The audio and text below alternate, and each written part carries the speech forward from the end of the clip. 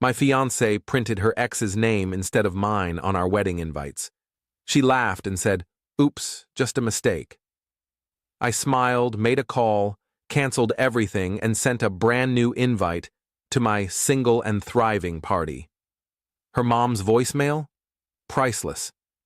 I'm 29, male, work as a software engineer at a mid-sized tech company, and up until 3 weeks ago I thought I was about to marry the love of my life. Her name was Emma. We met in college, stayed together through all the usual growing pains, moved in together 2 years ago, and got engaged last October. It wasn't a flashy proposal, just us on a hiking trail she loved, sunrise coming up over the mountains, and me on one knee with my grandmother's ring. She cried. I cried. It felt perfect. The wedding was set for June 14th. We'd been planning for months, venue booked, caterer locked in, guest list finalized. Emma wanted something elegant, but not stuffy, around 150 people, mostly family and close friends. I was fine with whatever made her happy. I handled the tech side of things, setting up our wedding website, managing RSVPs through a shared spreadsheet, and she took point on the aesthetic stuff. Flowers, color schemes, invitations. The invitations were a whole thing. Emma spent weeks researching designs on Pinterest, debating between matte and glossy finishes, arguing with her mom about whether to include a separate reception card or just put everything on one invite. Finally, she settled on this beautiful cream-colored cardstock with gold foil lettering. They cost a small fortune, like $800 for 150 invitations, but she was so excited about them that I didn't complain. They arrived on a Tuesday afternoon, April 22nd. I was working from home, on a Zoom call with my team, when I heard Emma squeal from the living room. I muted myself and called out, "Everything okay?" "They're here! The invitations are here." I wrapped up the call as quickly as I could and found her sitting on the floor surrounded by cardboard and tissue paper, holding one of the invites up to the light, like it was a piece of art. "Look how gorgeous these are," she said, beaming. "The foil came out perfect." I sat down next to her and picked one up. The design was beautiful, exactly what she'd wanted. Elegant script, our names at the top, details below, except something was wrong. The top line read, "Emma Catherine Morrison and Daniel James Chen request the pleasure of your company." Daniel James Chen, not Lucas James Morrison. Me. Lucas. Daniel was her ex-boyfriend from college. They dated for 2 years before she met me, broke up badly, hadn't spoken in over 3 years as far as I knew. I read it 3 times to make sure I wasn't hallucinating. "Emma," I said slowly, "why does this say Daniel?" She looked at me, then at the invitation in my hand. For a split second, and I swear this is what got me, I saw something flicker across her face. Not shock, not horror, just calculation, like she was deciding how to play this. Then she laughed. Not a nervous laugh, not an "oh my God, I can't believe this happened" laugh. A genuine, almost dismissive laugh. "Oh my God," she said, covering her mouth. "Oops, that's so embarrassing. Just a mistake, babe. Just a mistake." I stared at her. "How does this happen? You proofed these, right? The company sends you a sample before they print the whole batch." I know," she said, waving her hand like it was no big deal. "I must have been distracted when I checked it. I've been so busy with work and the venue changes and everything, it's just a typo." "It's not a typo, Emma. A typo is misspelling a word. This is your ex-boyfriend's entire name." She rolled her eyes, actually rolled her eyes at me. "Lucas, don't be dramatic. It's a mistake. We'll just order new ones." "Another $800? I don't know. Maybe they'll give us a discount since they printed the wrong name." "They didn't print the wrong name. You approved the wrong name." That's when her tone shifted. She stood up, brushed off her jeans, and crossed her arms. "Why are you making such a big deal about this? Accidents happen." I said I was sorry. "You didn't actually say you were sorry. Well, I am. Sorry. There, can we move on now? I looked down at the pile of invitations on the floor, 150 of them, all announcing Emma's wedding to Daniel instead of me. And she was treating it like I'd found a typo on a grocery receipt. I stood up, grabbed my phone and keys, and headed for the door. "Where are you going?" she called after me. "Out. I need to think." "Lucas, come on, don't be like this." I closed the door behind me before she could finish. Update 1, I drove around for an hour, just processing. The more I thought about it, the less sense it made. Emma wasn't careless. She was obsessive about details, the kind of person who color-coded her closet and alphabetized her spice rack. There was no way she accidentally put her ex's name on our wedding invitations and didn't notice until they arrived. I ended up at my best friend Marco's apartment. He took one look at my face and handed me a beer. "What happened?" I told him everything. He listened without interrupting, which is one of the reasons Marco's been my best friend since high school. When I finished, he was quiet for a moment. Then, "Man, that's not a mistake. That's what I'm thinking." "What are you gonna do?" "I don't know yet. But something's wrong. This doesn't just happen." Marco leaned back on his couch. "You want my opinion?" "Check her phone." "I'm not doing that. I'm not saying snoop for no reason.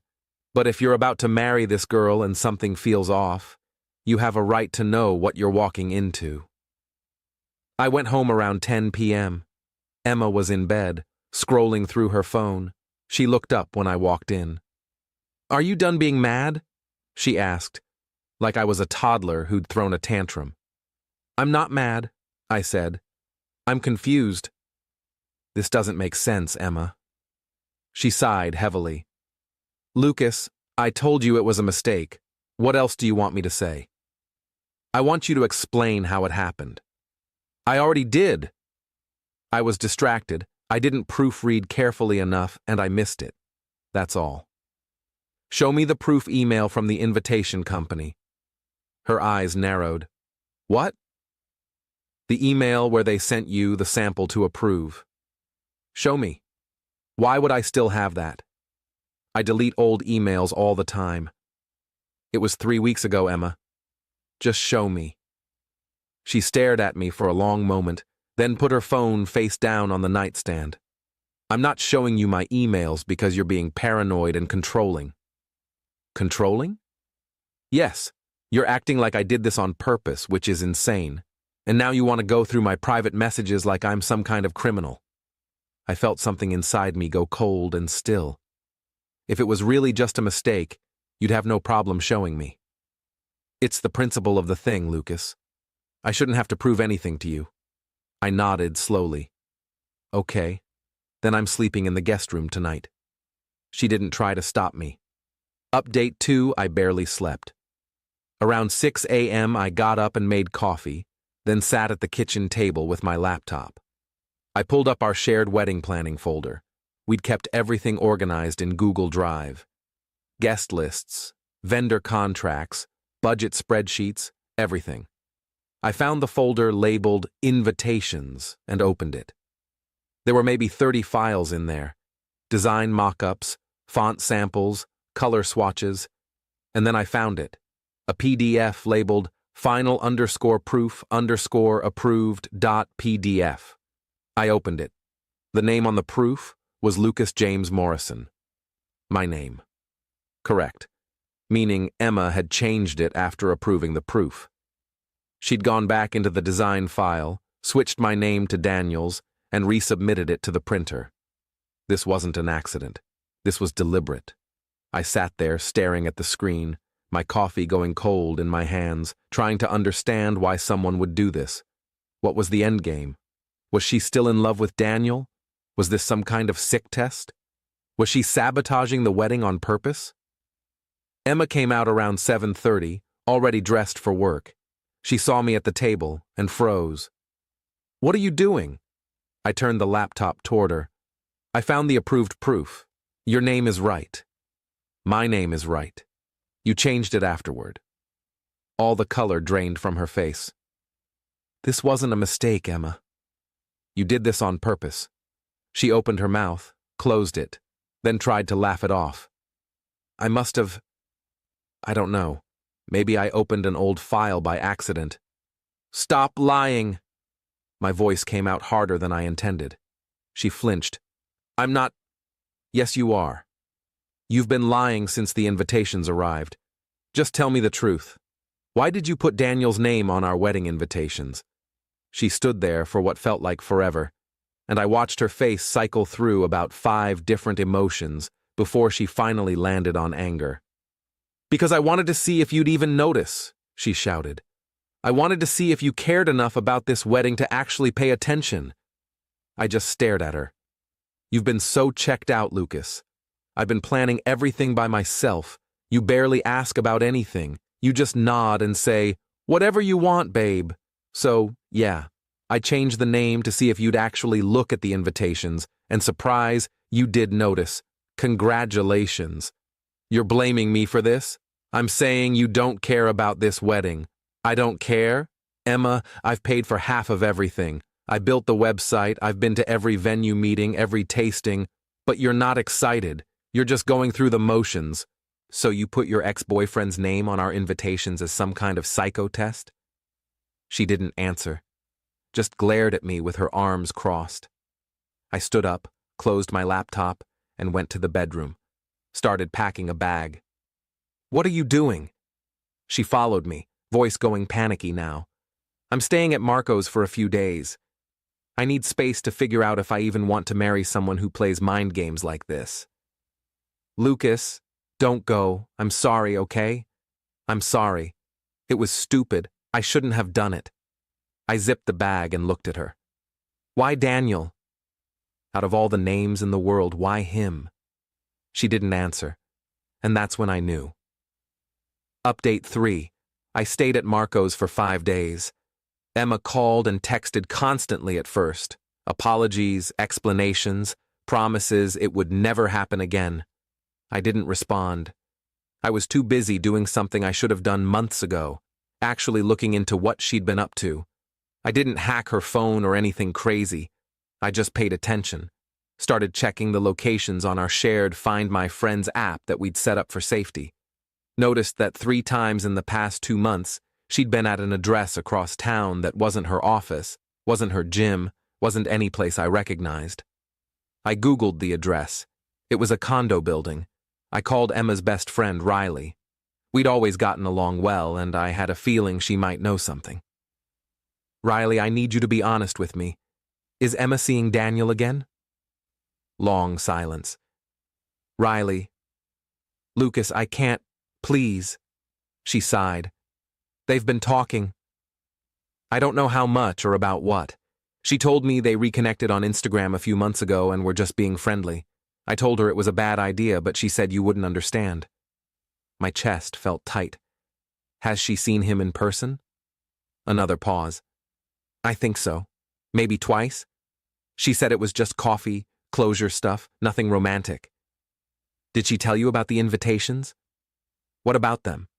She put his name on them instead of mine. She what? Oh my God, Lucas, no. I didn't know about that. We talked for a few more minutes. Riley seemed genuinely shocked and apologetic. Before we hung up, she said, For what it's worth, I think you deserve better than this. I called my mom that night, told her everything.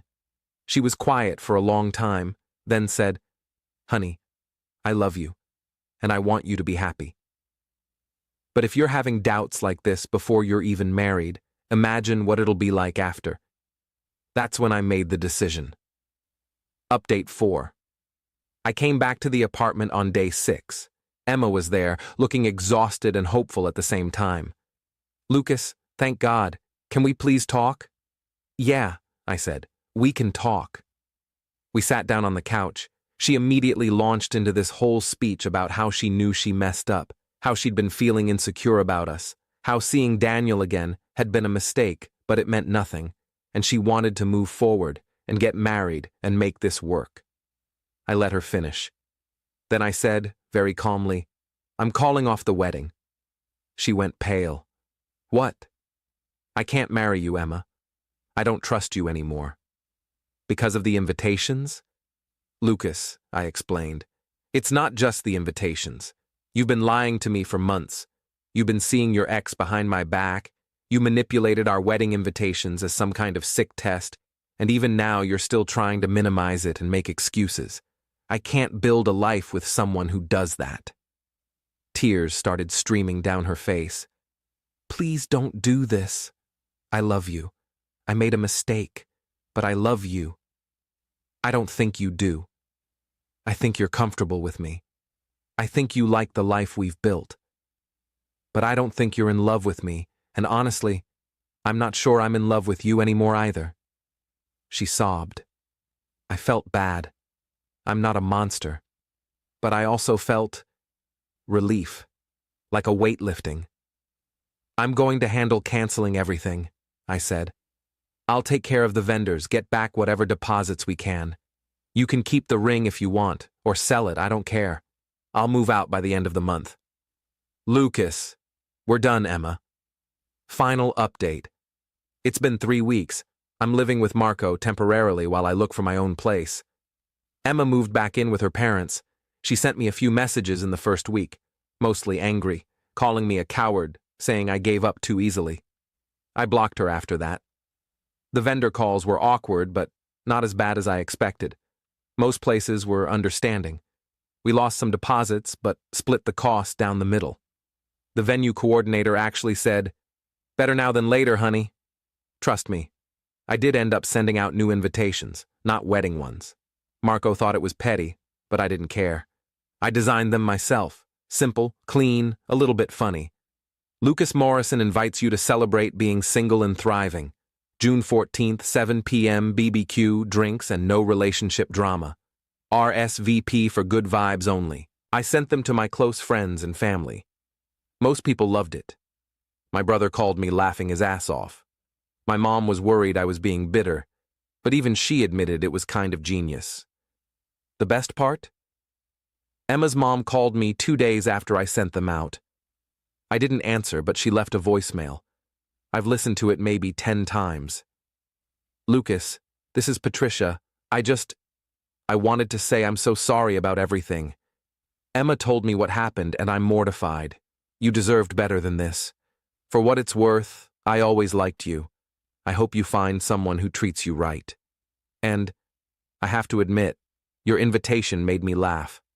Good for you. I saved that voicemail. The party's in 2 weeks. 47 people have RSVP'd yes so far. Marco's handling the grill, my brother's DJing, and my mom's making her famous potato salad, even though she's still worried I'm using humor to mask pain. She's probably right, but whatever. As for Emma, I heard through mutual friends that she and Daniel are officially together now. Good for them, I guess. They deserve each other. Me? I'm doing okay. Better than okay, actually. I've been hitting the gym, picked up rock climbing again, and started seeing a therapist to work through some stuff. Turns out dodging a bullet feels pretty damn good once the shock wears off, and in 2 weeks, I'm throwing the party of the year.